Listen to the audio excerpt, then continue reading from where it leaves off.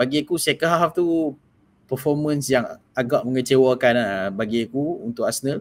Nampak macam second half tu kita substitute untuk pegang clean sheet tu. Arteta masayang clean sheet, and aku pun nak clean sheet tu sebenarnya. Sepatutnya Arsenal do better. Nampak macam goyah sikit. Nampak macam Burnley yang akan score gol, bukannya Arsenal. Tapi in the end kosong jugalah Arsenal dapat clean sheet lagi. Aku tengok masuk ke second half tu Arteta ambil approach untuk kawal the game, untuk control the game, manage 3 point, tak jangan ambil concede.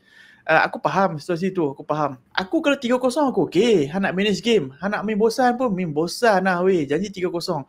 So situasi 2-0, satu aku cuba bagi permutation lah. Burnley score minit 60 ataupun minit 55. Weh, hantar game jadi apa? Sekarang ni game 2-0. Arsenal dah manage the game. Siapa yang banyak inisiatif, siapa yang nampak more momentum. Walaupun mereka tak ada shot on target for the whole game, Burnley ada more momentum dan Arsenal. Yang tu 2-0. Kalau 2-1, apa hang rasa akan jadi? Lagi scary tau. 2-1. Kalut. Kalau 3-0 is okay. Tapi aku faham lah from Arsenal punya perspektif. Mungkin Arteta dan Arsenal rasa kita secure dengan defender kita. Kita percaya dengan kita punya defensive setup. Sebab memang nampak Burnley pegang bola, try to cross, try to open play. Tapi actually Arsenal tutup banyak ruang lah sebenarnya.